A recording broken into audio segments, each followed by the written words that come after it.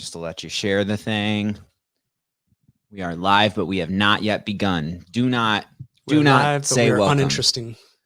No welcome to the nonsense. Sus. You are not welcome to the nonsensus yet. It's not the show happening. has not yet begun. You see that banner scrolling at the bottom of the screen? That means it has not begun. But you're going to share the thing on the things. Mark, if you'd like to share it on a Burning Man group thing, that makes sense. Because we're talking about finance, and all Burning Man culture really is a satirical, ironic sort of joke about avoiding money while actually being made of money. This is not the thing yet. The thing has not yet begun. Hello, friends. We're going to be talking about, can creatives conquer commerce? Alliteratively.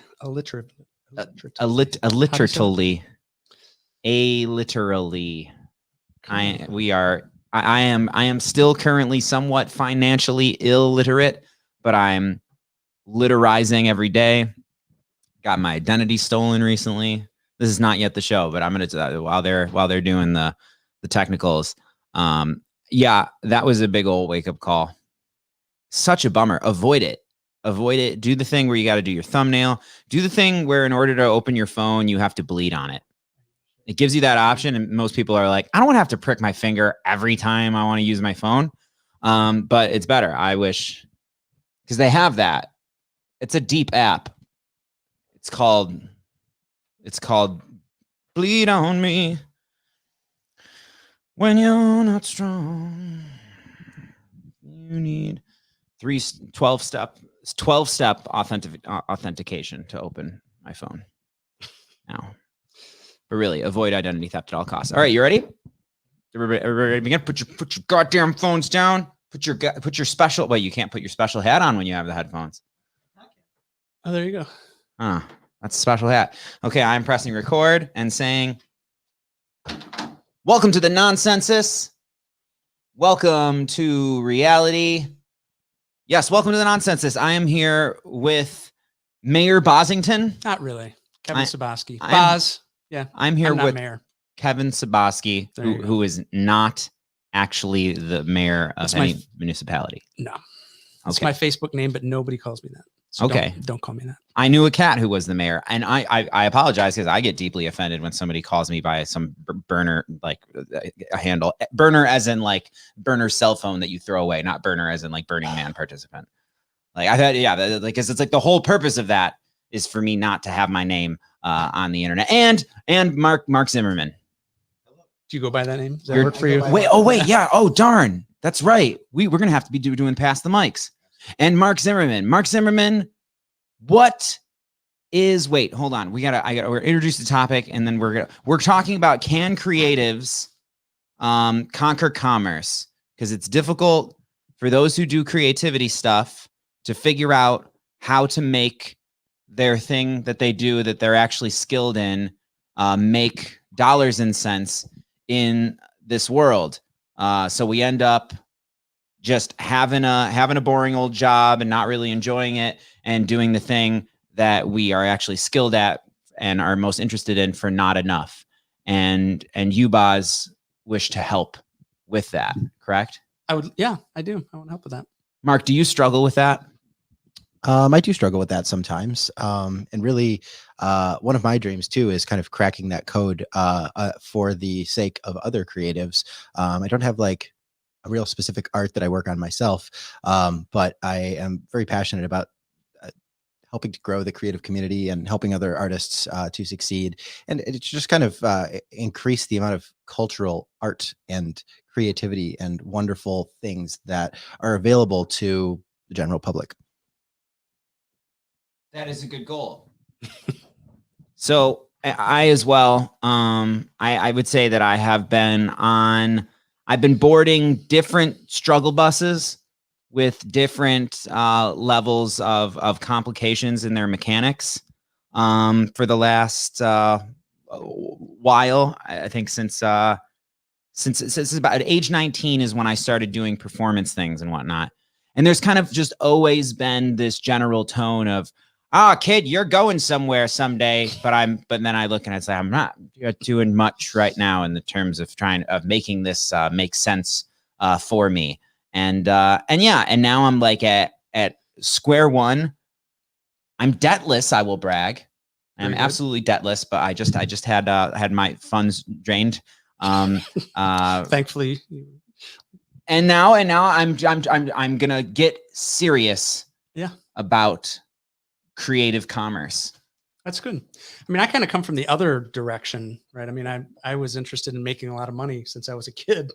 And so I was making all those compromises to figure out how to make money. So because I think a lot of people are, do you pursue your passion or do you make money? And it seems like you kind of got to pick one or the other. And if you want to make money, then you're going to sell your soul. And if you want to pursue your passion, then you're going to be broke. And I just don't think it has to be that way. I mean, I got to the point with my business, I was making a lot of money, but I wasn't having any fun. I didn't like life. I got to the point where it says, you know what, I'm not going to do this anymore. I'm going to love my job.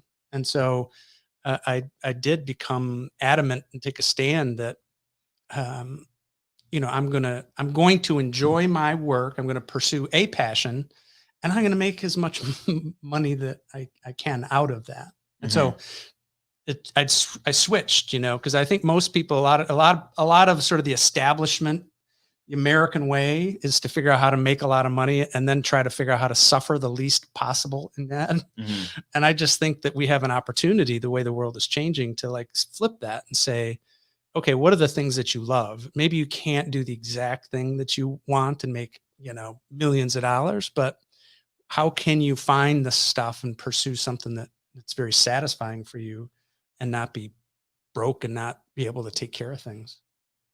Yeah, I'm thinking more and more that what would be most comfortable of a compromise for me is, can I find one of the several things that I do that is creative, that I am, preferably the thing that I'm most passionate about, that like registers on all that Venn diagram of like what you do, you're passionate about it, you're good at it, it helps the world, it's feasible that it could be made marketable. Ikigai. Ikigai. Yeah, Ikigai. It's a great, So find my ikigai. Yeah. And then say and commit to that gets my daytime work hours. And then I put a large percentage of my waking time into that.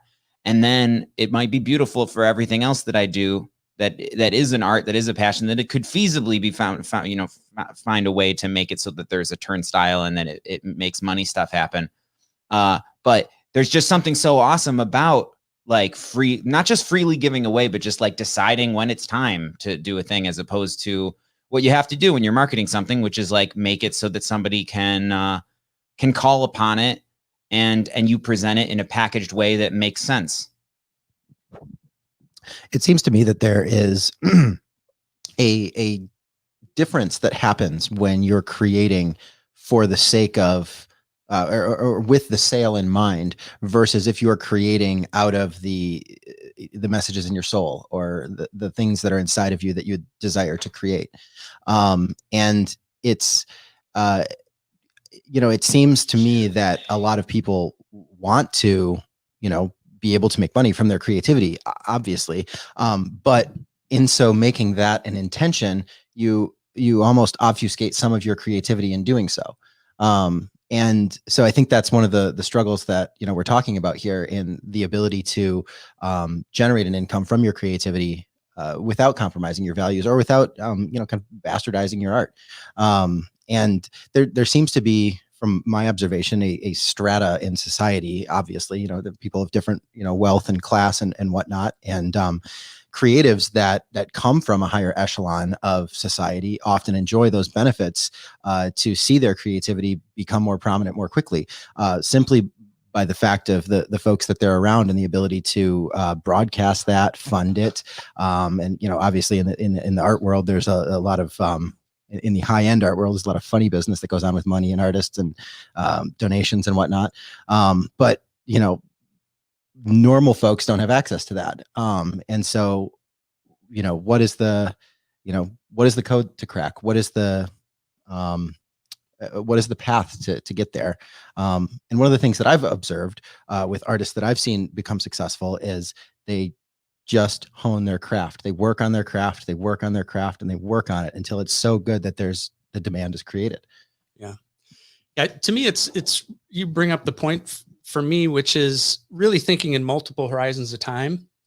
And I think of, how do you get to a point in your life, sometimes perhaps in the distant future, where you just love what you're doing and you're making great money, and to recognize that you can't just go from where you are now to there. And so so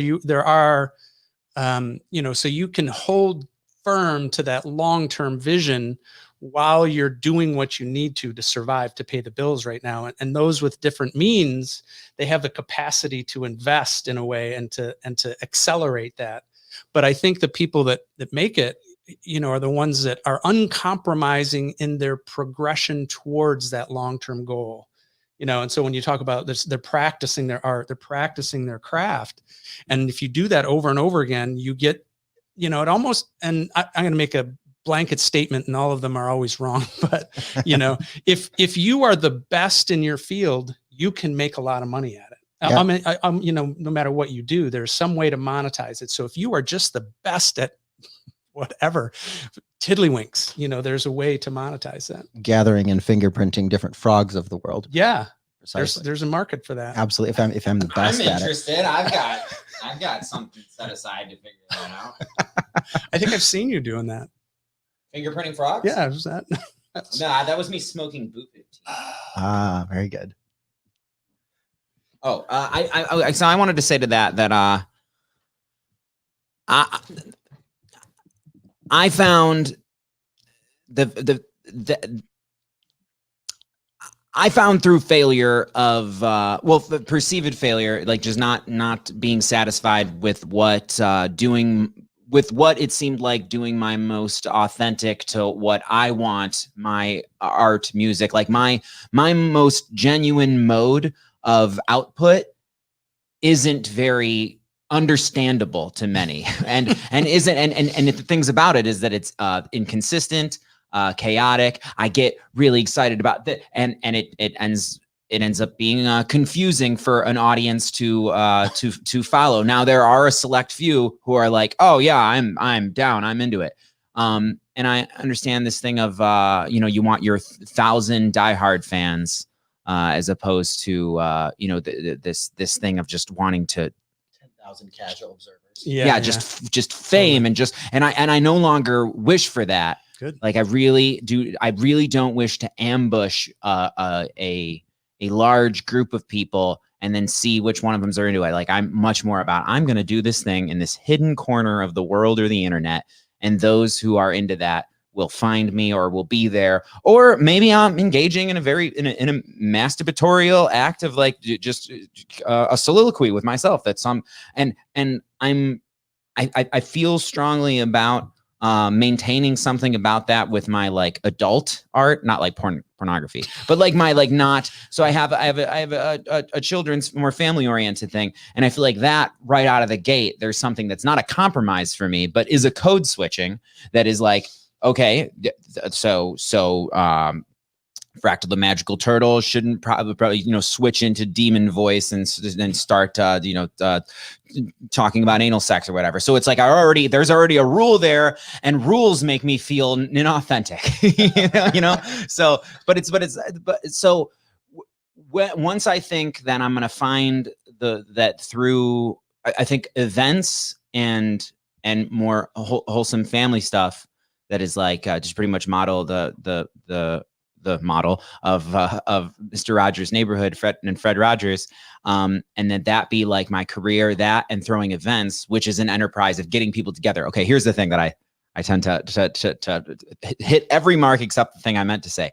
So I found that the thing that makes you make money as an entertainer art person is numbers of people. It's not like you get more money out of somebody from their level of felt enthusiasm for what you're doing. I mean, that can be a thing with things like Patreon and whatnot. There could be somebody who's donating several $1,000s to you a month because they just love you so much and they're that wealthy.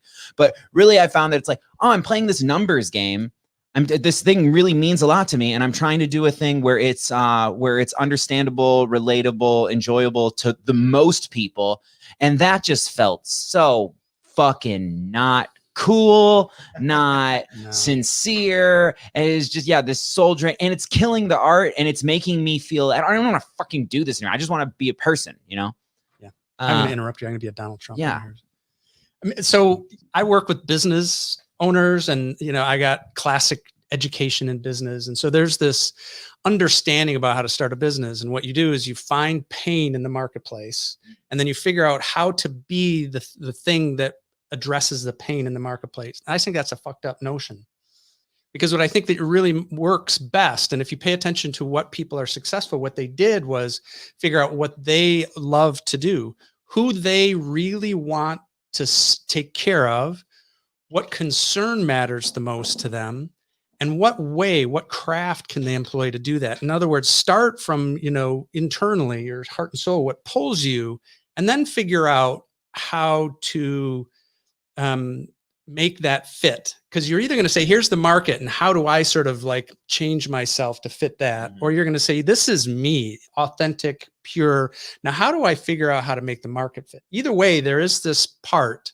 that says you've got to sort of finesse that fit, because that ultimately the thing that's going to make you succeed is where there's a group of people fairly purified, right, that you love to serve, that gets you, and that you figure out what they need, and it's resonant with what you are. And when that match happens, the monetization piece becomes much easier, right? I mean, the problem with people having monetizing is they haven't figured out the creating value piece, and creating value is in the mind of the person who is going to, acknowledge the service with a trade of, like value and money. So it does start from you, and then it takes time. It's a finesse.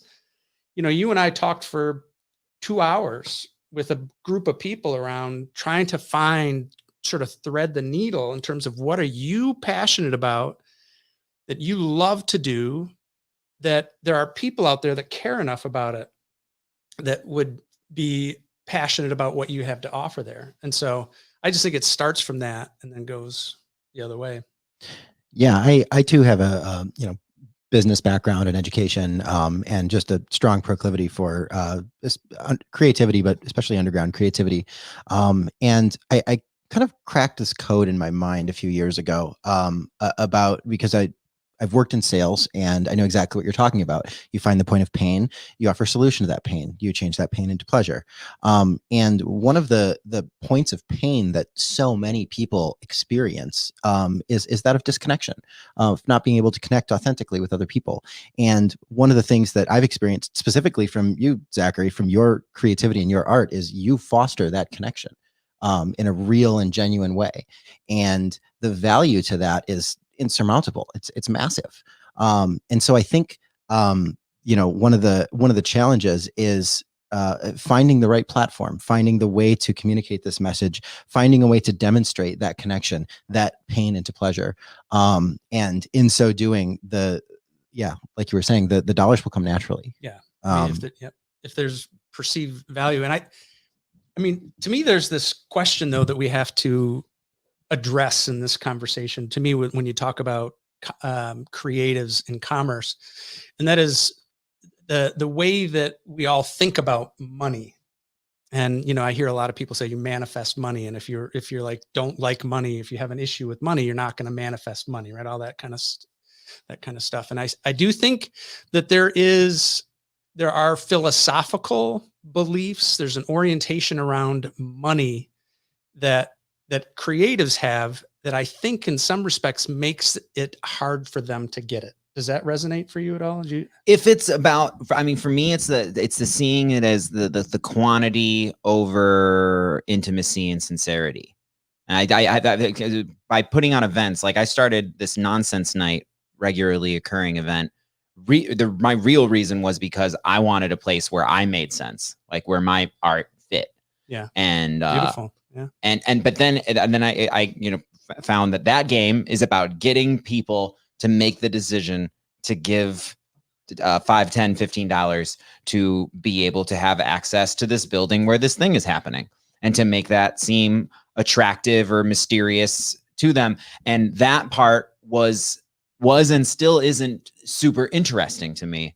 It's but the payoff is like, once they're there and they're like, either I don't know what the fuck this is, or oh yeah, this is like what the flyer and the thing said, and I'm totally into. I like Alice in Wonderland. I like or that moment where the person is arriving and it's like, now we've got them in the spider web of sincerity and connection. You've succeeded in your art, and that's really, you get the satisfaction out of that. And a lot of sort of business people and salespeople get the satisfaction out of getting the money. And a lot of people, you said you asked them, are they going to give $5, $10, $15? And it's like, well, why not 20? And can you just charge instead of asking for it? And I'm not saying so from my perspective, people pursue it with a sense of morality, that question about how to get the payment. Yeah. And they have a sense of being, I don't know, dirty, or it's wrong, or they're not comfortable. So a lot of times artists are really, oriented around the outcome, right? And the impact on people. And so are much less comfortable with making sure the money gets taken care of because of like a deep philosophical orientation. I wonder if, I don't know that you encounter more people that are just sort of money sucks. I hate money. I'm less and less now. I've changed. Our community has changed. I could use a word like evolved. Can you tell me what that process was for you? So what was that? Because this is part of the thing that has me interested. And I keep talking about the economic life of burners or creatives.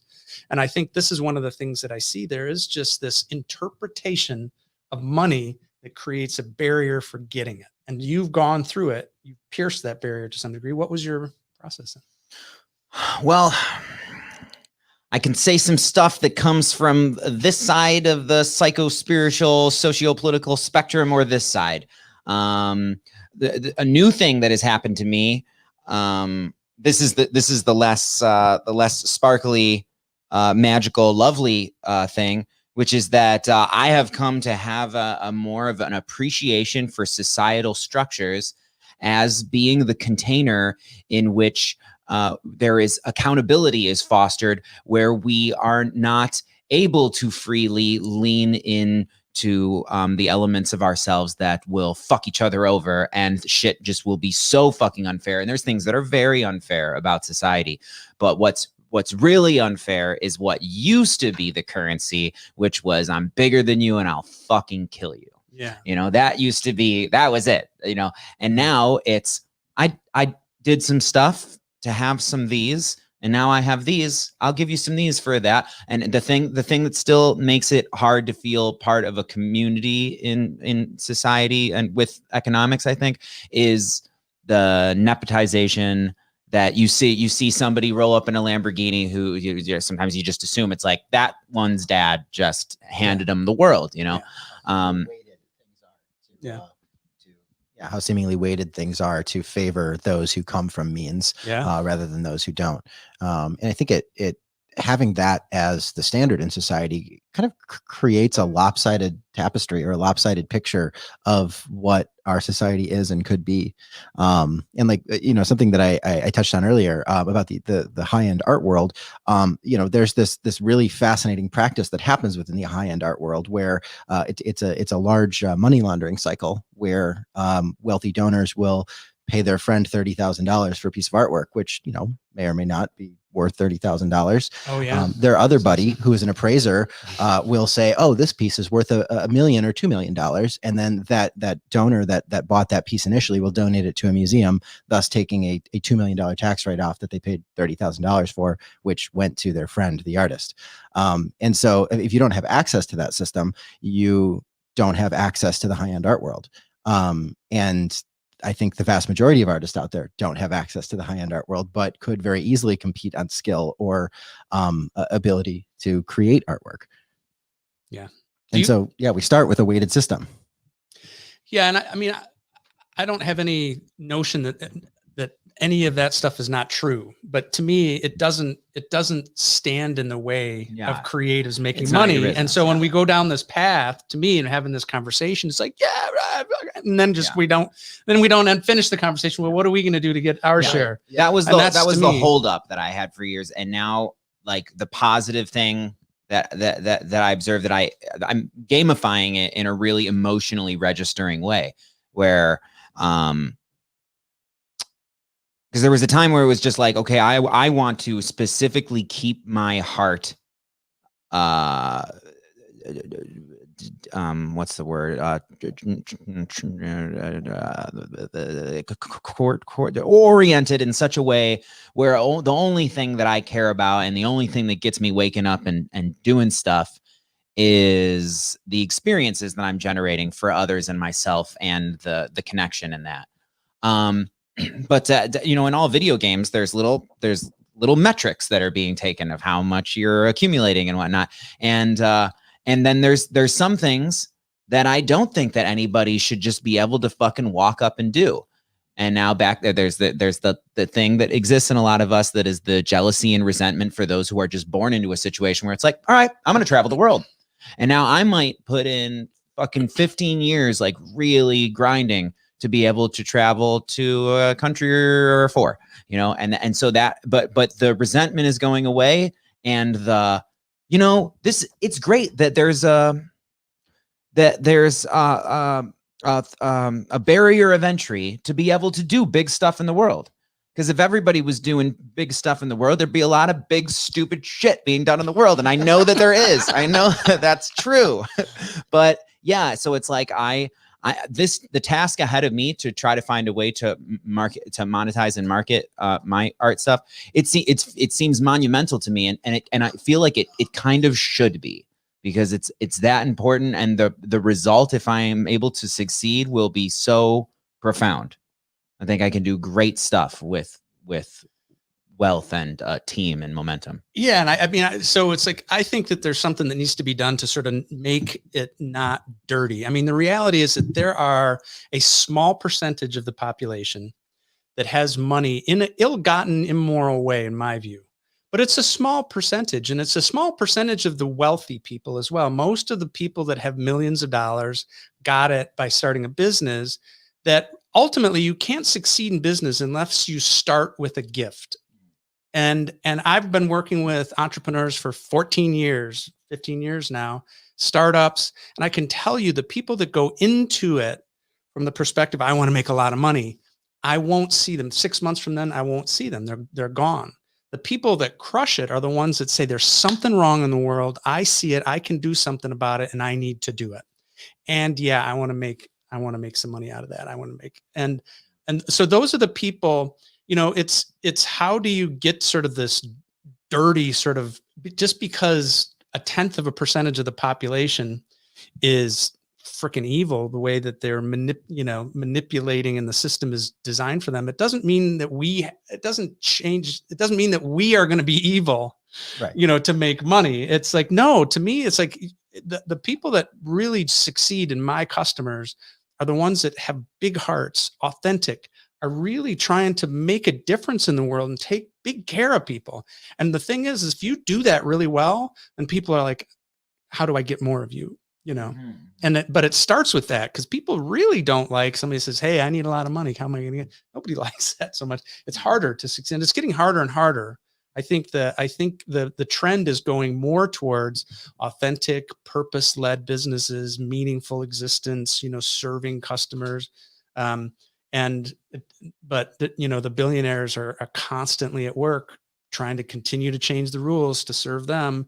And we can get pissed off about that. And I sure do. But at the end of the day, you know, being pissed off about it doesn't solve our problems. Yeah.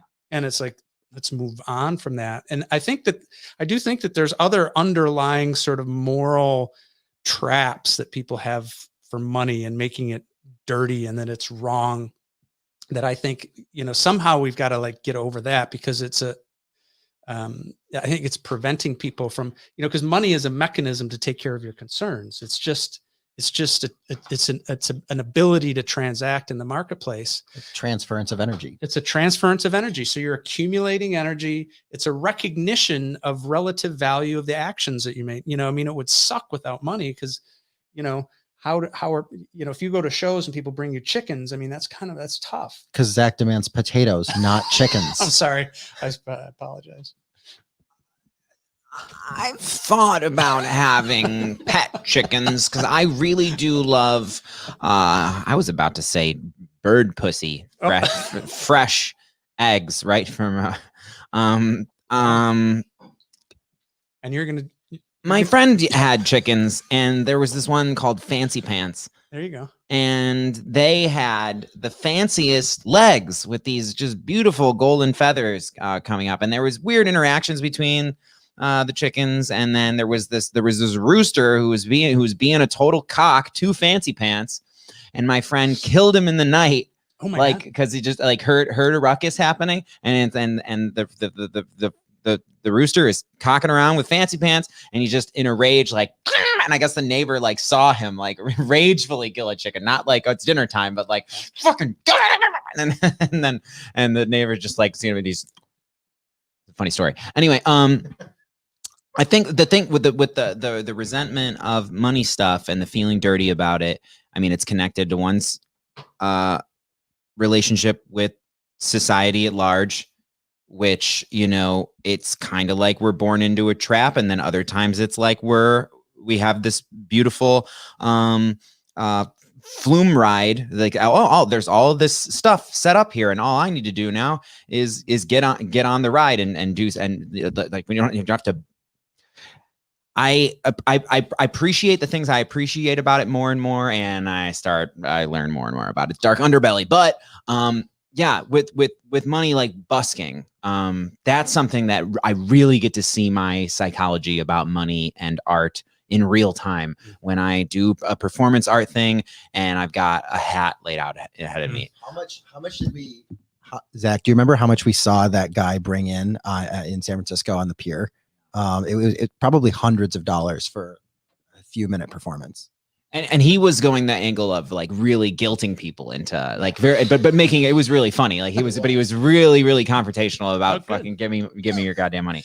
Well, I don't know whether it helps you, but I would say it doesn't matter what industry in, everybody struggles with their price, and I have this issue with clients all the time. People are hesitant and tentative about charging, what they're worth. And to me, the morality, the way that you get that, I don't think it's fair to figure out a way to psychologically trick people into giving you some money that's more than the value that they might perceive to have gotten. And so the game is really as a person that's structuring the transaction is to make a grounded assessment of how the impact and the value that the other person perceives. And a lot of times the person that has the least sense of that is the person providing the value, because most people are really humble, and everybody has this perception of entrepreneurs. And I would say, 90% of them that I encounter that are successful, if you're arrogant and pushy, you don't live in business very long. You might live long enough to make a lot of money and get, some of them survive, but by and large, there's a humility about that. And other people tell them you need to charge more, but it really should come with a clear-headed, grounded assessment of what's the impact I'm having on their lives. And then relative to other expenditures, how much is it worth? My consideration most of the time is where am I setting the barrier of entry for populations of people's socioeconomic status in order to be able to appreciate the thing that I feel genuine about. Yeah, I think that this is part of the psychology of money and and how do you make it? And there is this notion of I'm going to charge so much that I can't get other people to do it. And I just think that if you were able to figure out, if you just sort of took yourself out of that conversation and said, how can I make as much money as I can, how much the market will bear with whomever has the cash to provide it, then you can give that money to all those other people. That's what I intend to do. Yeah. Yeah. And so, and so it's not again, it's this. Wait, did you say give that money or give that art? Money? You can give that. I mean, so money to me is the capacity to transact. And so however you want to do that, the art is money. Oh, okay. So give that energy, give that energy sure, to people. Yeah. Give that energy. And so you can, figure out how to get as much as you can, and then you can figure out how to take care. So in other words, it isn't like, you're a capitalist pig bastard and you're going to charge what the market will bear. And therefore all these other people are out of it. It's like, no, there are all sorts of ways to include and to take care. And well, you can be an energetic Robin Hood. That's the thing that I've found is that, like there have been a few gigs that I've had where I exerted minimal effort for a short period of time and got more money than I would if I had like a really successful nonsense night. That was like, and sometimes that is so much energy goes in to getting a bunch of people to a building and then curating the thing, which sometimes is very just all others are doing. But there's been times where I personally myself, like, God, I put a fucking lot into this night happening, and now there's this cash box full of money and it's got to be distributed amongst the folks, and then what I have at the end of it for myself is like, this is obviously what's the fucking, I'm losing a lot of words today, an effort of love, a what's the word, a labor of love. Yeah. It's like, this was totally a labor of love, because I'm not really upset right now, but no, this doesn't make sense. This does not make sense monetarily. Clearly, I'm some sort of sincere person trying to do a thing in the world. But what would be awesome is because the thing that I want to avoid is like with the things that are really near and dear to my heart, and well, everything is to a degree, but like with Nonsense Night, I personally see that, and I've seen it be this thing that really helps with like the mass psychology of a community. Like folks come there and it's like, wow, this was really important for like 20, 30 of the however so many people were here tonight. I saw people like, this was therapeutic. This was good. And I don't want to put I don't want to put a barrier of entry on that makes it only available to those who have a good paying job. Yeah. And I look at situations like that you love, taking care of those 30 people. And I think, so wouldn't it be great if you could take care of 30,000 people that way? That'd be awesome. And what people don't recognize is that to be able to do that, you have to figure out some way to accumulate the energy. And so, we get caught up in like taking care of those 30, and you want to do that. I mean, I had somebody that I had a friend who was brilliant at writing grants for women's causes, and she would charge almost nothing because they needed the money, and she felt bad about that. But what that meant is her house was always at 50 degrees. She never had enough to eat. She was afraid all the time. And my thing for her was like, look, if you charge 20% more and you took care of yourself, how many other people could you serve? Yeah. And so people aren't taking care of themselves and not making themselves as available to be able to serve others. And so, and we do this for some sort of moral reason, which in the end, that morality ends up minimizing your impact. Yeah, totally. That's what I didn't finish the thing about. Sorry, but I interrupted myself, as what I tend to do. There's an acronym for what there was a nurse once that I brought up ADHD as I was trying to get a prescription for a special thing that my convincing her that I had chronic depression. But then I mentioned ADHD and she goes, "Well, you're definitely that." That's her exact words. That's the only time I've ever been psychiatrically evaluated in my life. And all I got was, "Well, you're definitely that." Anyway, so you do the thing where you market things to the wealthy. You almost intentionally put like, minimal effort because they're not actually used to I've experienced where it's like the expectations are actually lower in some of those sectors with art stuff. Yeah. Because sometimes there's not as much of an appetite for sincerity. more just like impressiveness. But anyway, but what if what if an artist who really wants to share their passion with as many as possible did like the Robin Hood thing, not like, but you're not stealing from the rich, you're providing services for the rich so that you have enough money to then irrigate your energy to the people. That sounds kind of pornographic there. I liked it. Yeah. So, Boz, you were talking earlier about kind of finding taking a grounded approach to seeing, what it is that you offer, what it is, what benefit you are providing to your audience. Yeah. And it seems like there may be an intersection between that and what the market will bear. Yeah. And, because to some people or to many people, the value you provide to them may be quite large, but their ability to pay for it may be quite small. And so it seems to me that there is, some sort of graph that crosses over each other, a spot for every creative that says, okay, this is what the value I'm providing is versus this is what people are actually able to or willing to pay for it. Yeah. Is there some calculation that you do with that, or?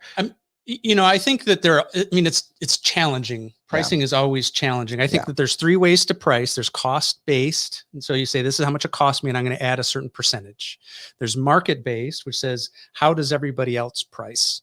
And then I'm going to do, and am I like better, not quite as good as the average, about average, or am I better than the average? So you position yourself. And then the third thing, which is, I think everybody needs to price according to value, some recognition.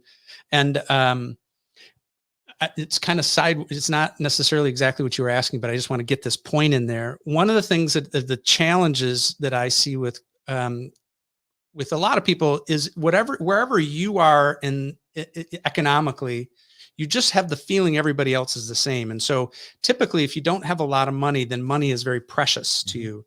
And so I see people all the time taking great care of people who have a lot of money, who don't care about the money. And so a key part of like, how do you price is to recognize that it's not up to you to decide what your market says is valuable. And so if they have money to spare, get out of the way. But what I wanted to say about, there's all sorts of complexities. You come up with a lot of different ways to do it. And no matter, I've got CPAs, I've got IT people, all of them are challenged with it.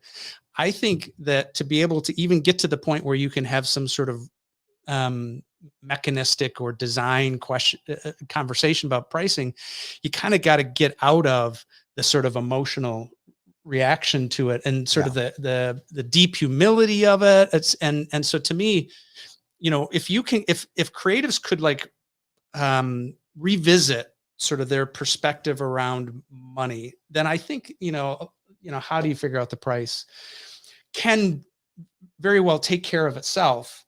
Okay. Because what you're doing is you're figuring out and you try, it out and you try. And if you make it, I don't know. Yeah, it seems like, I don't know, something I recently took a very long drive. And one of the things that I experienced was the more consistently I stay on the road and don't stop or slow down, the faster I get there.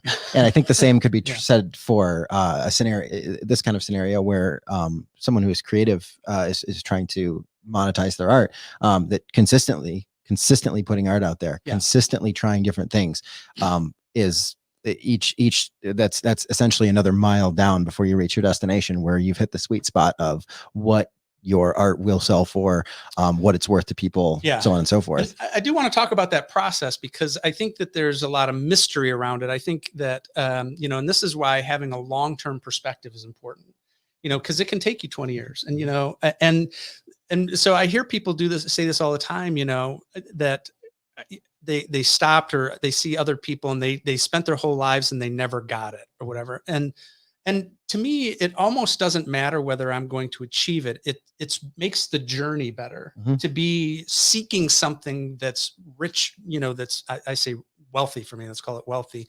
It's like, a situation that's satisfying. And so if we can think of it in the long term and say, we're moving towards that, without clinging to the notion that we're going to get there, we're going to do better. Because what we're going to do, it is a long-term game to make those micro adjustments. And when I encounter people, I'm the same way in my business. I want the answer quick. I've been in business 25 years and I'm still doing this. Like you've seen me do this. Yeah. Where Years it's now. like, who am I? What am I doing? What's my market? How am I charging? Yeah. It's just a constant process of making that connection. And it's about, and a lot of, so this whole process that I'm talking about has like difficulties all along the way, which is why it takes a long time. It has difficulties in just saying, what do I love? A lot of people have no idea what they love. There's just and then who do I serve? A lot of people are in this orientation. This is whoever has, people talk about target market. What's your target market? And my interpretation of people's target market, typically, whatever they tell me, what it means is anyone with money. Yeah. Right. And that in business, that's the worst approach to be. Right. Like, figure out who do you love and who loves you. And, I am still like making adjustments to that. And the key is, like, as you continue, it takes 20% of the time to get 80% of the way there. And, once you get closer and closer to this fit between the gift that you are, I ask people, what's your superpower? What's your gift? What do you love to do? That fit between the what you have to offer, the people you love that love you, and then the vehicle to make that happen. It's really, the last little bit, it's that last 5 years of that 30-year process that it just goes, starts to chink, chink, chink, chink. Bump, Yeah. And then all of a sudden, people can't get enough of you. One of the things that I kind of hear you saying, if I'm reading between the lines correctly, is that you have to not be quite so focused on the end destination of making it or making money, and more focused on creating a process that is going to teach you and improve consistently and get you there. Yeah. And it's all of that. It's because, when I started my business, I had a notion of what I wanted to accomplish, and I rushed at it, and I succeeded, and I got there, and I said, I don't know, this isn't that great. And so I thought I knew what I wanted. And so you're just sort of refining that goal. I think it's really important to have a goal, and it's really important to be in action to produce the goal. When I say it's really important, what I mean by that is it's the kind of stuff that produces passion and a sense of living a good life. To me, living a good life is being in action to produce situations that you would love to be in. Yeah. And so, you're constantly adjusting this goal, and you're working toward it, doing your best, but it's not your responsibility to produce it. Yeah. It's the universe's. And so it's just this acceptance of whatever comes. Yeah. And so it's this weird balance where you're like, I want it. And I'm going to work toward it, and hopefully what you refine over time is the work on it becomes more and more fun, right? So I'm working on this destination. I don't know that I'll get there, but the fun is doing that, and I'm getting there. And the more that I can just stay focused on doing my part, not stressing about whether I'm going to get it, the better you do. Yeah. There's this trick that I do that I think is similar to what you're talking about, where if there's something that I really want, whether it's a relationship with a particular person or a job or whatever it is, I will hold it just beneath the surface of my conscious perception. Because if it gets too far into my perception, I become obsessed, or I think about it too much, and I screw it up. But if I can keep it just like I could see it out of the corner of my eye, and yes, it's there, and yes, it's something I desire and I'm working towards, but it's not something I have a ton of focus and attention on. It's this little light that kind of directs me down this hallway of life. And I think, to me, pragmatically, what that translates into is, if you can do that well and you can hold it that way, what really happens is the things that you're doing day in and day out become more meaningful and satisfying. Yeah. And so if you can sort of just translate that into what I'm doing today, stay centered on what I'm doing today, life is better. Yeah. And I don't know. Yeah, to kind of cut wood and carry water, to do the needful things, something I say, to do what comes naturally to you, and to adjust so that what comes naturally to you produces the results that you want, and essentially get out of your own way. Yeah. And I think that there's, to me, I want to make sure that we talk about sort of mechanistically, or so how does somebody do this? Because I think a lot of people, if you didn't have the right parent or somebody we don't have this conversation in our culture. Right. We just don't. It's, so we already know in our culture what we're about. The biggest title, all the money, just all the money that I can get, just all the money. And, married, two kids, that kind of, we don't have to think about it. To a fraction. To You a need a fraction, fraction right? of a Yeah, title yeah. too. Definitely. That might be changing. But so we are not skillful in figuring out what we love. We're not skillful in figuring out who we want to serve. We're not skillful in designing that intersection or figuring out how to move forward. So to me, even if somebody sees and hears us talking and say, yeah, I'd like that, they're still left in this place is like, okay, that's not for me. Yeah. You know what I mean? And so that to me is the work is helping people see, what are some steps that you can take. I've been thinking of it as, how do I want most weeks to look like? Yeah. I like that.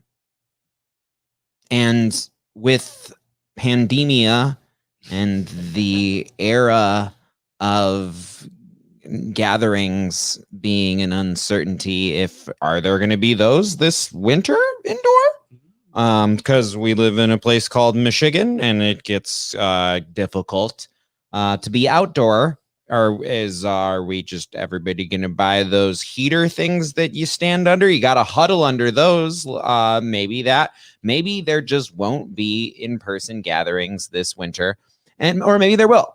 Or maybe there will, and you will incur the wrath of public shame, and maybe everything will be fine, or maybe everything will be entirely fucked. But with those considerations, I think there's a lot of us now who are in a place that I'm kind of in, where it's like, well, some of my main things are gonna be different, maybe forever,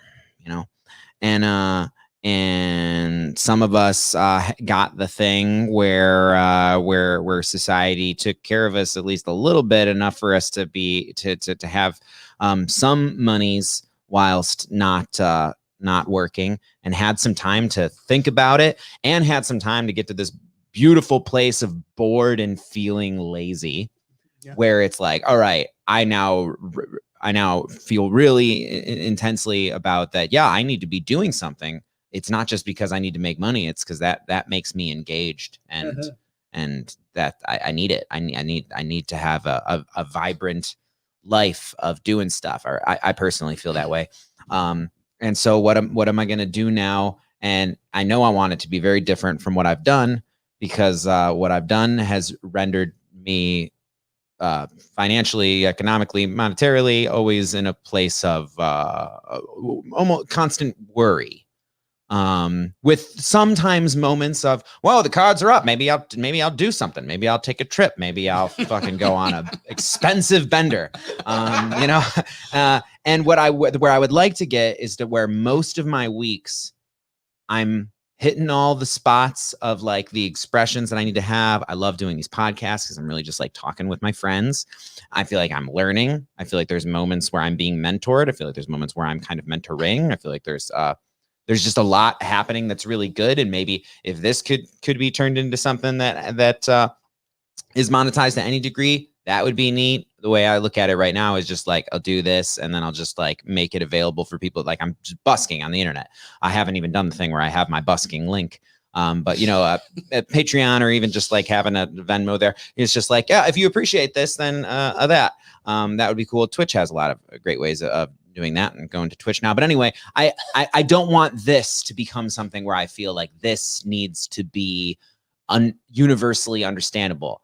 There has been very, very little audience, and I've been doing these since quarantine, and I've really actually kind of enjoyed not caring about who's listening, because also I feel like I'm learning. But there's some things that I do that I have went dormant with, and when I come back with them, I want it to be smart and marketable, and to be the thing that is happening constantly, and that fosters accountability in my life, and accounts as well. Yeah. I want to have accounts and clients. Yeah, I mean, I love the approach that you have, and I want to say one thing too, is like, so you were talking about, the challenges that we all have, which is real. And a lot of people talk about, listen, that the way I talk is sort of Pollyanna. It's like, And I don't feel that at all. I mean, there really are a lot of ways where we would really love to make a living that it isn't possible. And so we need to be sort of realistic and recognize that just because I'm not saying that just because you pursue your passion that you're going to get what you want. To me, it's much more of a strategy of pursuing one of your passions, right? It's not about, it may not be, what you would love to do and make money. That may not be a way to make money, but that doesn't mean that, oh, now I have to go work at Costco. That can mean like, okay, so what's the other thing that I really like to do, or another thing that I really like to do, or another thing that I really like to do, and then figure that out while you're doing podcasts, while you're building, so what I think of is like, okay, so picture that long-term goal, and then make sure the compromises that you're making along the way are still moving you there, so that you can like take care of shit. We all got to take care of shit. And so you can take care of things the way you need to in the short term, but you can do it in such a way that, because there's lots of ways, right, to make the money that you need to survive. And so of those ways to make the money to survive, which is the one that lays down some more bricks on your future that you really love? And what can you do in a part-time sense? What can you do for passion? And, the fact that you do this because you love it is, to me, it's like, it's the right stuff then. It's an indicator to me, because, people talk about their passion. What I'll listen to the words, but ultimately I watch their feet, or I like see what their body does. And so you doing this means you're passionate about it. So, Boz, I know that you have worked for a long time coaching businesses, individuals on success in business and their creative ventures and whatnot. And you've shared, a couple of tips and methodologies that you use. Do you have, a concrete thing that the people who are listening right now could do to improve their sense of making money from their creativity? That can improve their sense, their ability. They can improve their ability to make money from their creativity.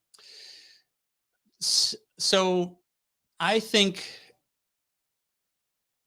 ultimately the way to make any sort of progress in this is conversations with other people, and so I have been a coach, to clients, and I've been one-on-one coach. And as much as I would love to be the answer for everybody and be able to say, oh, you've got this problem, here you go. And then, oh, thank you, Kevin, that here's $1 million because you're so amazing. It doesn't happen that way. It is a creative process designing business. And you are threading a needle. I mean, it's a really difficult problem to resolve that. And we all have our own blind spots. And so the reality is, if you're not in conversation with other people that think differently than you are, then your future is going to look just like your past. Yeah. And so if you want things to look different, then you have to be in conversation with other people that have challenging ideas, that talk about money in a way that pisses you off, that, tells you about what you're doing that doesn't matter. All these things are very difficult conversations. But if you're not in conversations with bunches of people, and so in my business, I used to do one-on-one coaching, and I almost don't do anything one-on-one anymore. I do peer groups, because it's like sitting around a group with, 7 to 10 people, and somebody says something, and, I want to have all the good ideas in around, but it's like, it doesn't, there's lots of good ideas. It's a lot of responsibility. That's too much. Yeah. And I kid, because I don't, I'm like really happy that, I don't have to, I can breathe, I was like something else. So, set up a club, right? So this is why I've got this program called Growing a Brilliant Business. And so that's why I structured it that way, because people have to talk with one another. Yeah. And, a lot of people do this on their own. They'll set up a monthly lunch with a bunch of people who have the same concerns. And they'll just say, this is what I'm working on, or this is my challenge, and I don't know how to do this. And it's like, and so how do you be okay with the discomfort of not knowing how it's going to happen, and then just be in conversation and pursue it? Yeah. So what I hear you saying is to a really big thing that anyone who's creative could do that wants to make more money from their creativity is to get into community with other people who are both creative or business minded or just differently minded, but to be in regular conversation with people to hone your craft, to hone your hustle, to hone your pricing and everything else about what you want to do. And that seems like a pretty concrete thing that anyone that wants to make money from their creativity could do today. Yeah. And I would say that there's really two components to it that are, as much as, what they teach in business school, or what, other people in my kind of role, what they talk about is the mechanics of business. You get an MBA, right? Your degree, that talk about the mechanics. Yeah. And the reality is it's much more about mental state. It's much more about emotional state. It's much more about beliefs and philosophical orientation, spiritual wellness.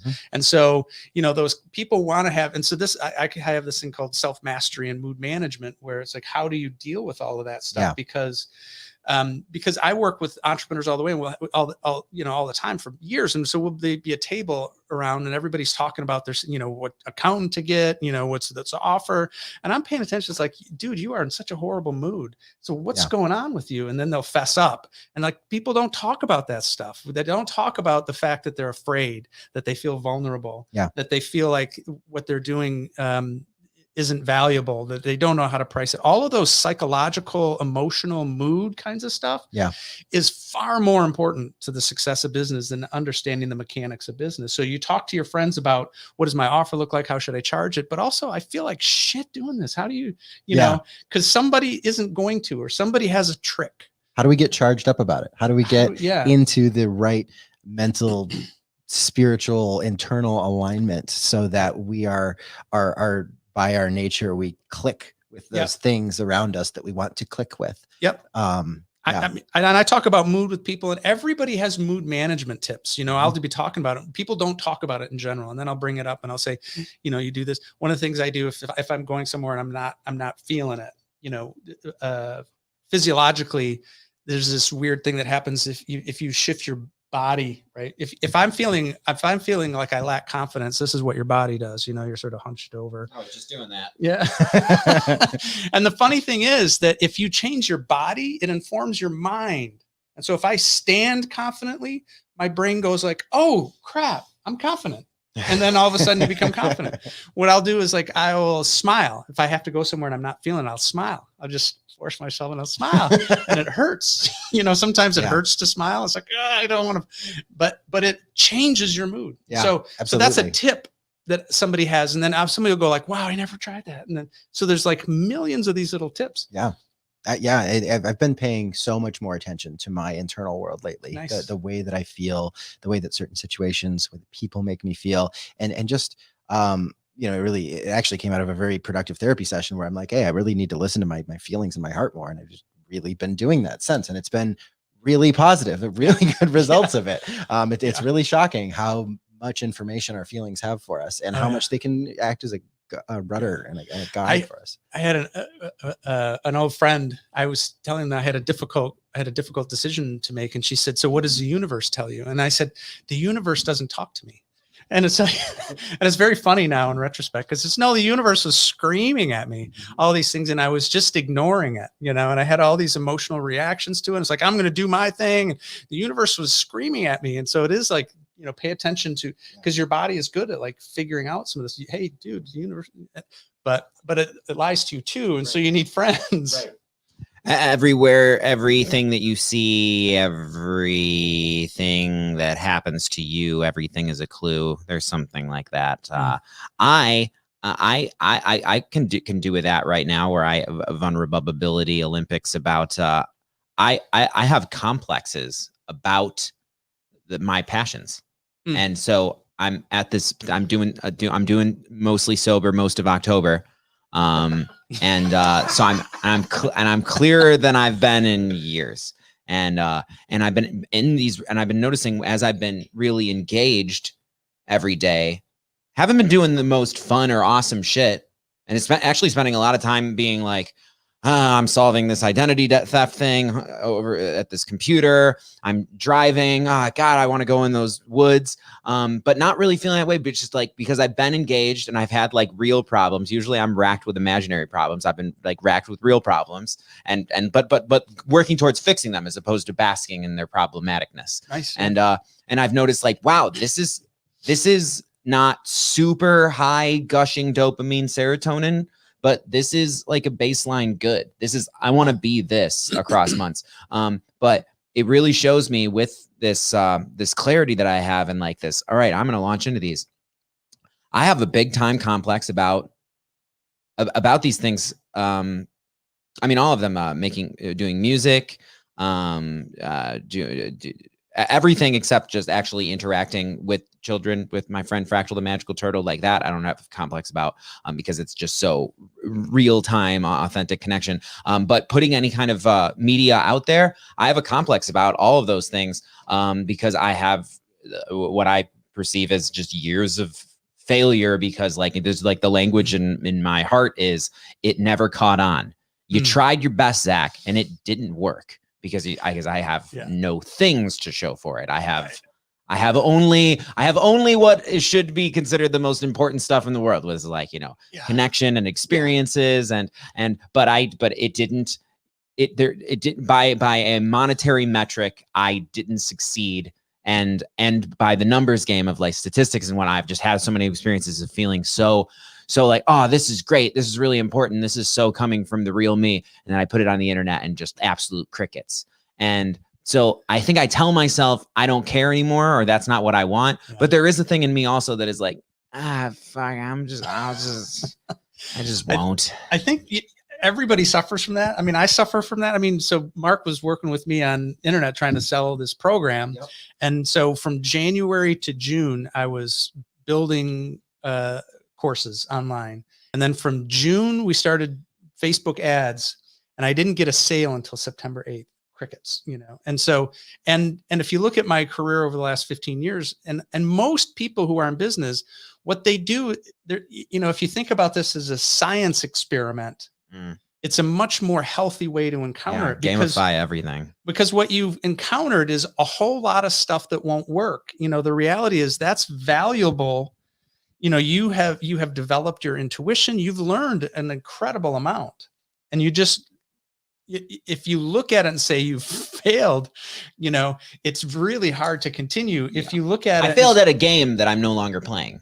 Is a better way to look at it, I suppose, maybe. No. And I mean, I feel like you've sort of taken a turn a little bit, and I see this over and over again with people that they're struggling. And so when I help them, when we work together, when I see it independent of me, where they get locked onto an ambition. So they get some clarity about the situation in the future. They understand who they're serving. They get some clarity on what I call the business constitution, sort of defining it in a way. And they come up with some strategy that go like, I think this can work. All of a sudden the mobilization is there. The drive to do it is there. I see it in myself. I see it in others. And I see it in you a little bit where, I know you've been working on your business for a long time, forever. I'd say I've been working on my art for a long time. I've been working on my... Oh, good. But my business is still a theory. But you're more committed to it now, I think. Yes. So, at the camping thing that we did, you were sitting in the chair and we spent 2 hours working on your story. And I don't know if when you've done that, it's a difficult thing to sit in. And so a lot of people won't even endure that kind of inquiry, because it's a very personal thing, and you're really disclosing a lot of your vulnerabilities, and you're getting pushed and pulled. The fact that you sat in it for 2 hours, to me, is like a huge declaration. I loved what we came out of from that. That was to summarize it. It was I want to find a way to make my edutational children's entertainment thing into a business. But it could be therapy, it could be art, it can be interactions at parties, Zoom things. But how do I help Fractal the Magical Turtle become something that has more opportunities. For me, it is about opportunity. Those opportunities equate to money, but then that money equates to more opportunities because of things like travel or things like being able to increase signal, increase capabilities, making video. But all of these things, it's like, what am I trying to give? And we wheedled it down to, okay, the thing that Fractal the Magical Turtle gives is what I have. I wish to share what I have, which is a voice inside my head, a friend that is always present with me, that is always encouraging, always sees my potential and not my, failures and flaws. And how do I impart that to others? Yeah. So, and then shortly after that, I had an experience where I started having a Turtle Tuesday meetup with a little girl, and then she shows up one day, and she's got Hoppy the Frog.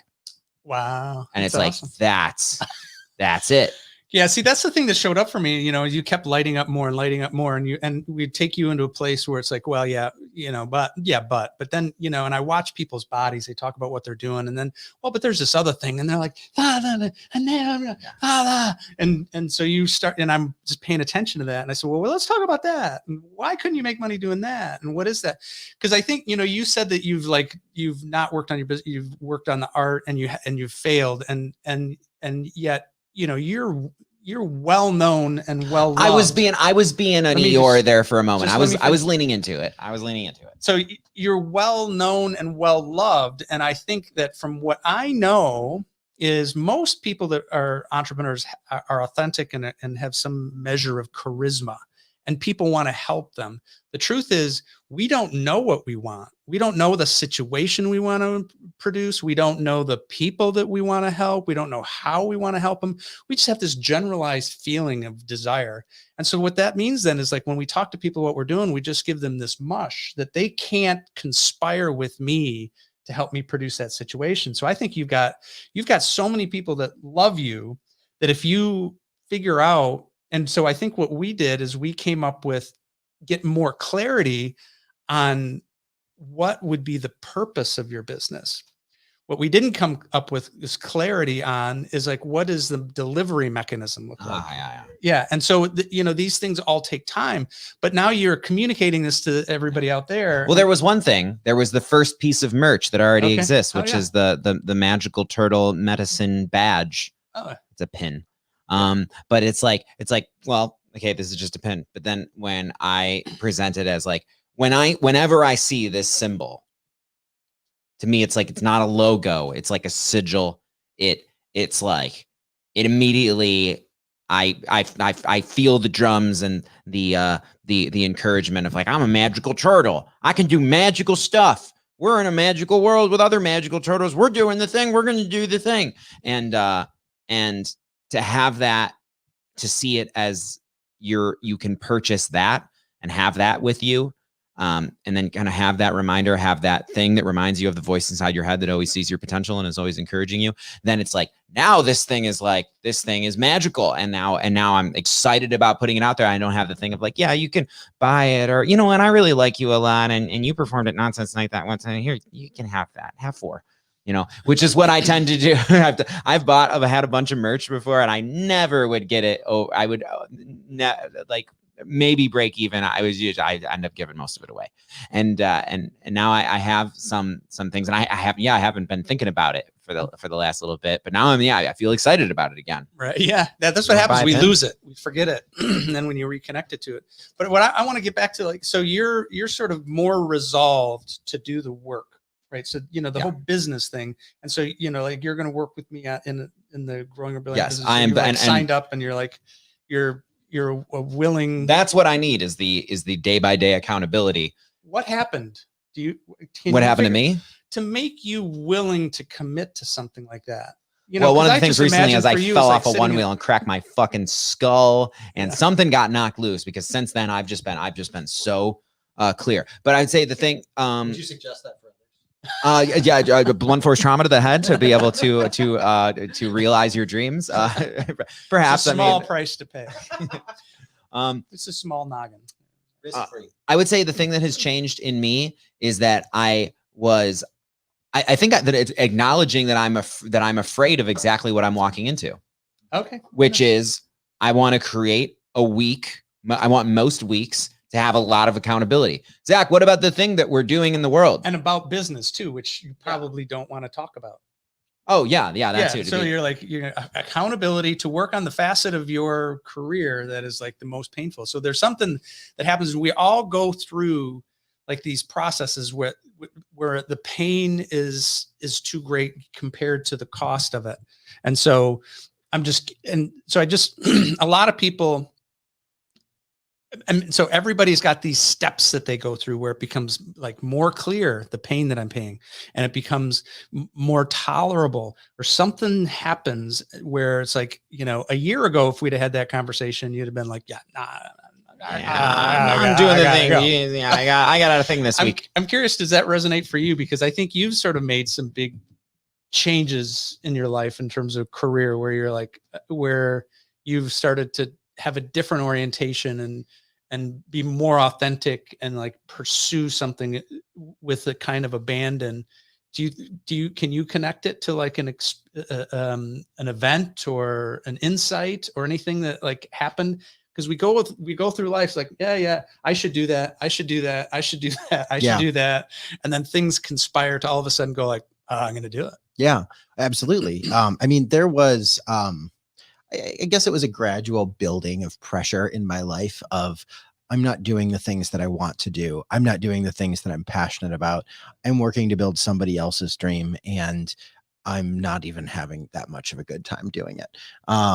And I just realized that, if I don't ever step out of that box and try to live more from the heart and chase the dreams that I want to create, that's never going to happen. They're just going to sit there and fester and mold and like make me feel more miserable about the things that I'm actually doing if I'm not chasing the things that I could be doing. And so I don't know, about a year and a half, 2 years ago, I quit my job, sold my house, got out of a relationship, and cut away all of the things that I possibly could that were standing in the way of that.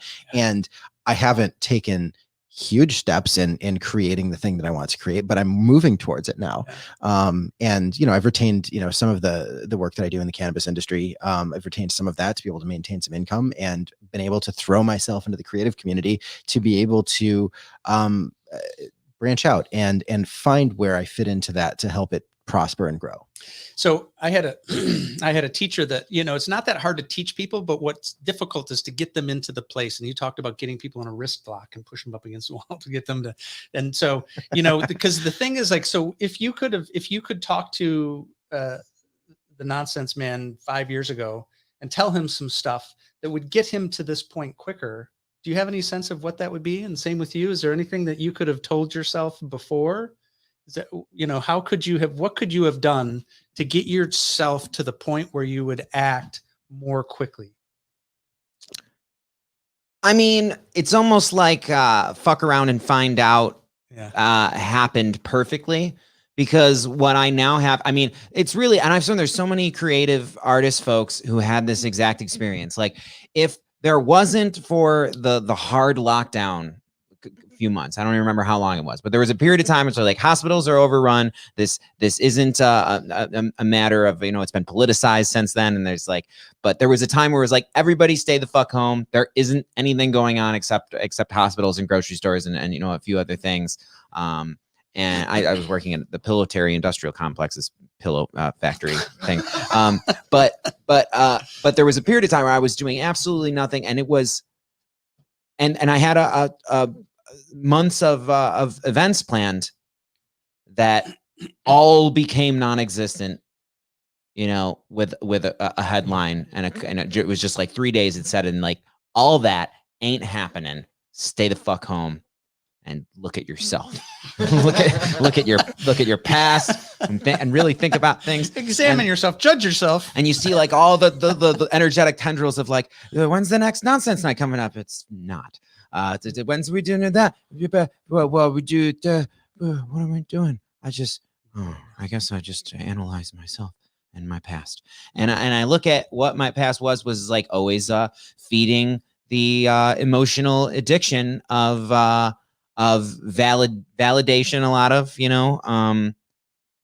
to when's the next thing? Yeah, the monetary addiction of just like, just trying to pay rent, just trying to get to the next, when's the next event, whether it be a payoff, and just not much time to really like so much strategizing on the go.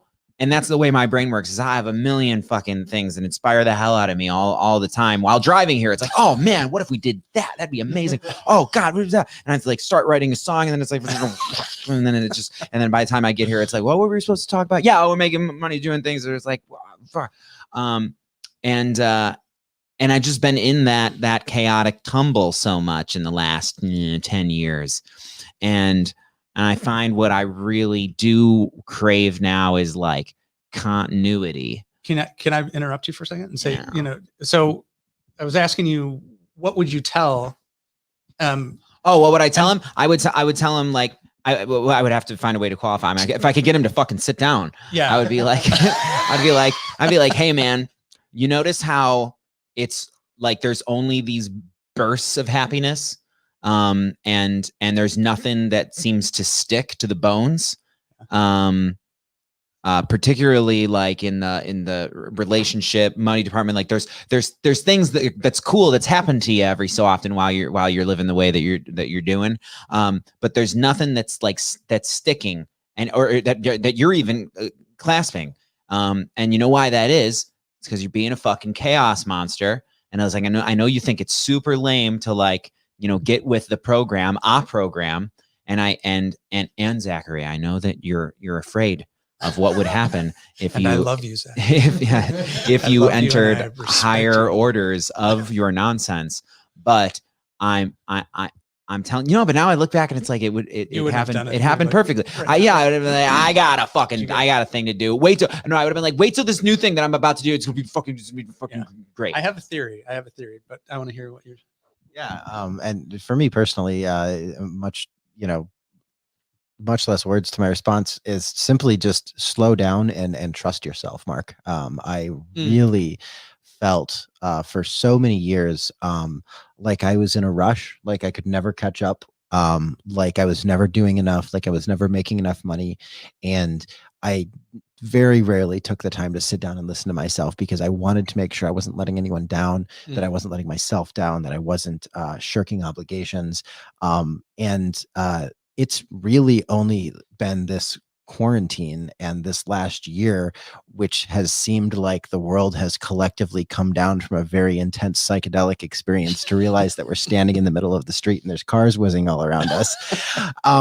And that maybe we should stop running forward so hard with horse blinders on, and take a closer look at what's really important and what it is we really want to focus our time and attention on. And that's personally what's happened to me in this last year, and it's been monumental for me. So I have a theory, what can people do to get to this point where you're willing to act sooner? And I feel like, and tell me if this resonates for you guys, it's like fail faster. Oh yeah, absolutely. I mean, just so, because how many times were you thinking I should do this? Oh no, it'll never work. Oh no, it'll never work. And it's like, just fucking do it. Yeah. Just fucking. So what do I want to do? I don't know. I don't know what I want to do. Right. Fucking do it. Yeah. Go just after the thing. Do it. Exactly. And then find, and yeah, might fail. Guess what? So to me, it's like, it's all about running, taking that stock, figuring out, okay, I don't know where I want to go, but I'm going to pick something. I'm going to listen to my body and I'm going to run toward it, and it's going to fail, and I'm going to figure it out, and I'm going to get there quicker if I fail earlier and faster. Yeah. And it's like that with so many things. We hold ourselves back from the things that we want in life because we think, oh, it might be bad for me. Oh, it might not work out. And you never, but then the hook is always there of like, well, what if I did this thing? Well, just do it. And then you'll find out if it's good or not. And if it's not good, cool. You'll learn a lesson and you'll do something different. Right. If it is, great. You figured it out. Yeah.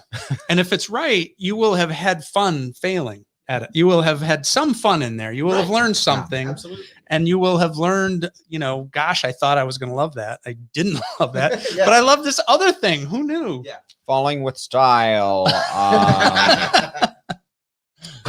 I had a thing. See, that's exactly how it works. I was super intense about something, and now it's just gone. The abyss. I really had something that I was gonna say that was really important. That was slow. Oh yeah, the accountability. What the fuck do you have? A thing full of dough? You're making bread. This is sourdough. Yeah, your homemade sourdough that I had. Oh, was that good? That was real great. God. That was like the wheat stuff. Like they're really super good for you. This is, I mean, the that was Eidenkorn whole wheat. This is the regular, it just tastes super yummy, but it's not the best flour for you. But it's like sitting there and I'm like 10 minutes late. So I've had it here because I was going to take care of my little baby. I found the thing, and then we're getting close to time here. We're within 8 minutes of our which is for me what it is, the accountability of another person that I deputize to be like, hold me to the shit that I say. Yeah. Because I wasn't doing that myself. I was just throwing so many darts. And some people dear to me, someone dear to me recently told me that, and I shame myself for it a ton. But to hear it coming from outside of myself of like, you say you're going to do a lot, Zach. Ooh. And I don't see you fucking doing much of it. God, what a great friend. And that's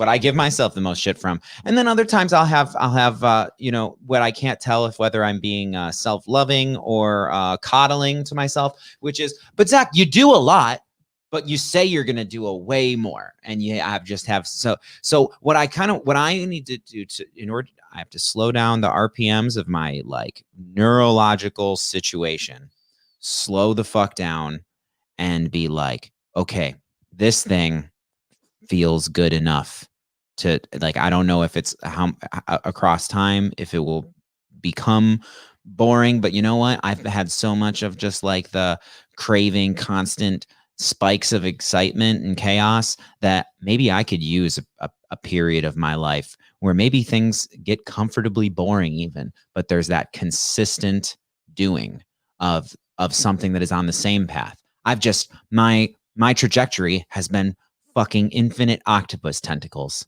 that often sever and get eaten by quails, and now I want to be the snake. Are you saying you're much like the universe constantly expanding? I mean, I think one of the things that I've learned along the way is like, so to run a business, there's like two identities that are required. We call them the visionary and the integrator. And so the visionary is the person that sees the opportunity and creates the strategy. That's the creative part. And the integrator part is the make it so. And typically if you've got, I think of them on a scale, I think I'm about a 7.5 on the visionary, maybe 8. And so the closer you get to 10 on that scale, the more crazy you look. And so people who are very visionary typically have a real hard time executing. And so typically if you're like 8.5 or beyond, it's really hard to succeed in business without an integrator type working with you. And so that's part of, I think that, how do you get that? So the integrator is the make it so, does all the to-dos, has no, empty inbox, they come up with a plan and they execute the plan. I come up with the plan and then I find another plan and then I create another plan and then I ditch that. And so you have something you want to say about that? Yeah, well, no, I was just going to, bolster the thing that you were saying. Like, seems like another, kind of nugget of wisdom that people can act on in their pursuit of monetizing their creativity, and find someone that you can be in community with or even in business with that is an integrator. If you are, what was the other one? Visionary. A visionary. Right. Yeah. Right. Yeah. To be able to better monetize your business or your art or whatever it is that you're trying to create. And it is that whole keeping accountable, so the visionary thrives on new shit. I mean, if I create a to-do, it's just like, I am constantly thinking about a different way to do that until I do it. I mean, I'll let it sit forever because I like, you could do, and the integrator just gets a thrill out of checking it off and so if you can find even just people that an anchor is what is, I'd like an integrator would be great, but I'd settle for some anchor to reality. And I'm trying to find that in myself. I've thought for years, and I've had this for years, and this is, I suppose this is vulnerable because it's kind of embarrassing, because sometimes when I say this out loud, somebody's like, that is not the way.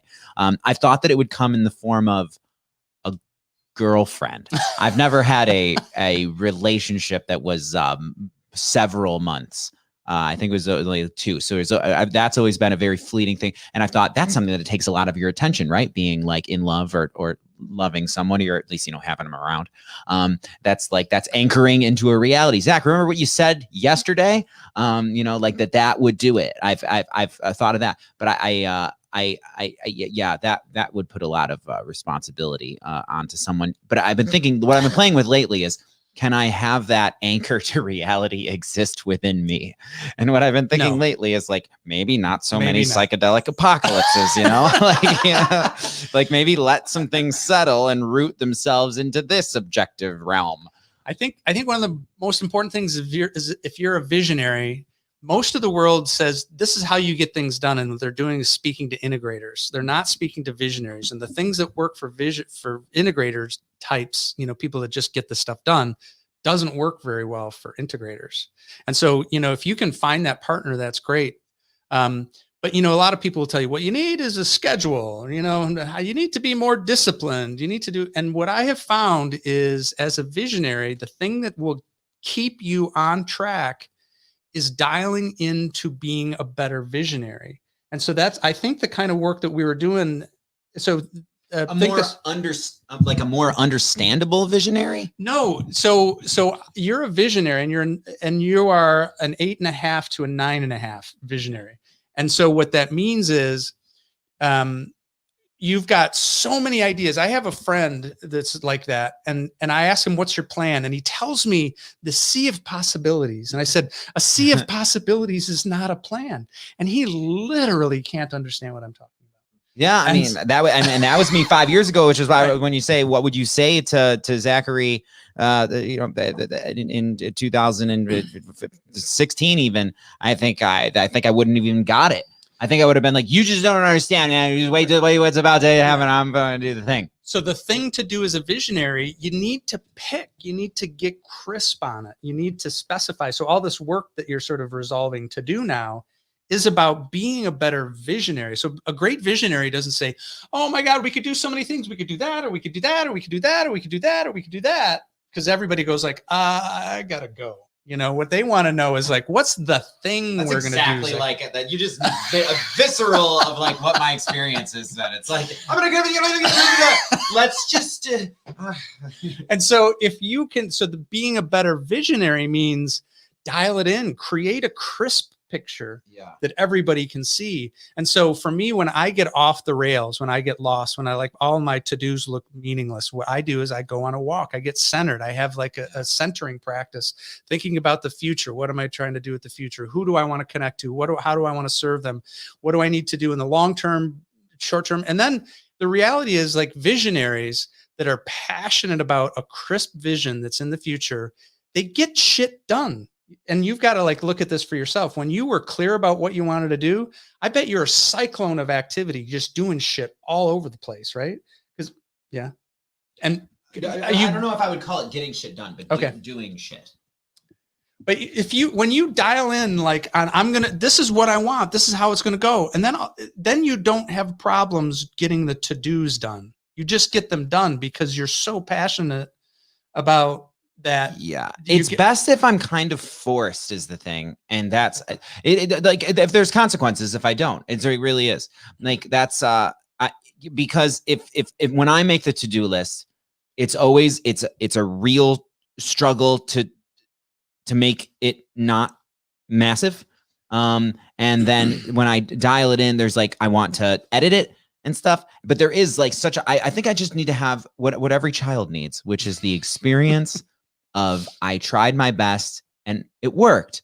And then later or earlier I was trying not enough and it just wasn't working. It just wasn't working. But at some point I did something a little different. I gave it a little bit more like sincere effort, and oh my God, it worked. And then boom, reward. And just so for me to develop a healthy addiction with this like more task by task, process based doing of things as opposed to aspiring to something marvelous and magnificent and distant. Yeah, and I think you know, some of the things that you're talking about desiring to help, you know, propel your business forward. Kevin, you have a couple of programs that you're working on launching, are already actively working with clients on, that some folks listening might want to hear a little bit about. Do you want to Maybe- share a yeah. little bit?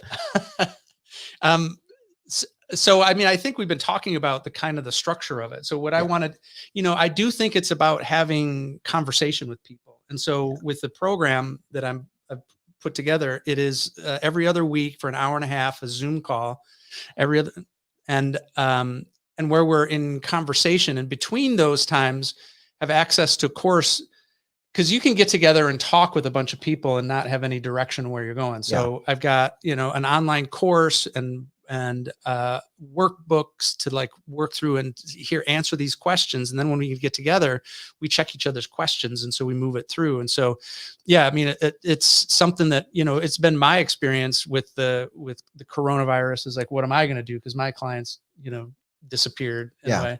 And so it's like, okay, so I'm going to turn this virtual. And so now I took a lot of the stuff that I used to teach in one-on-one and created courses on that. And then I'm just kicking off my first program where on the October 27th is the current date. Yeah. And that's when we're going to meet every other week for 6 months. So that growing a brilliant business. Growing a brilliant business. Yeah. That's excellent. And so where can folks find that if they were looking for it? Eventbrite. Eventbrite. Okay. If you search for Growing a Brilliant Business. Okay. And I can provide a link. And yeah, we could put some of that in the notes after the podcast. Yeah. Cool. Thanks. Yeah. So, we are at the time that was agreed to, and is there a summation? Is there a summation question? Is there a closing statement? I would like to say that I think that just like I knew that having this conversation would be, there's things that don't register as tasks completed, as effort, because it's not crossing something off. Mm-hmm. But like this to me is the process. Yeah. It's like, can I get the conversation out of my head or out of just, super inspired, visionary, eureka moment onto paper, onto something that makes sense, is understandable, and that is achievable tomorrow. Like, what could I do tomorrow that would bring me a little bit? Mark, what's something that you could totally do tomorrow? It's not even a daunting task at all, that would bring you a little bit closer to having Freak Flag be a reality. I could register the LLC. It'd be real simple. Beautiful. Yeah. I could do that too. All right. All right. What's So you guys, are you going to do it? tomorrow? You Yeah. could Tomorrow's do it. Friday? Yeah. All right. How much that You're cost? are you committing to that? Yes, I'm committing to that. I'm publicly committing to registering an LLC to Freak Flag tomorrow. Are you committing Zachary? to- Zachary? Yes, I commit to that as well. But what will I? Because I'm going back and forth on my LCC. I know that I should focus on Turtle, and that Nonsense Night will have its rise and return. Because I'm not sure if we're going to be doing those this winter. So yeah, I will. I think it's Magical Turtle Enterprises, Magical Turtle Enterprise, or Magical Turtle Incorporated.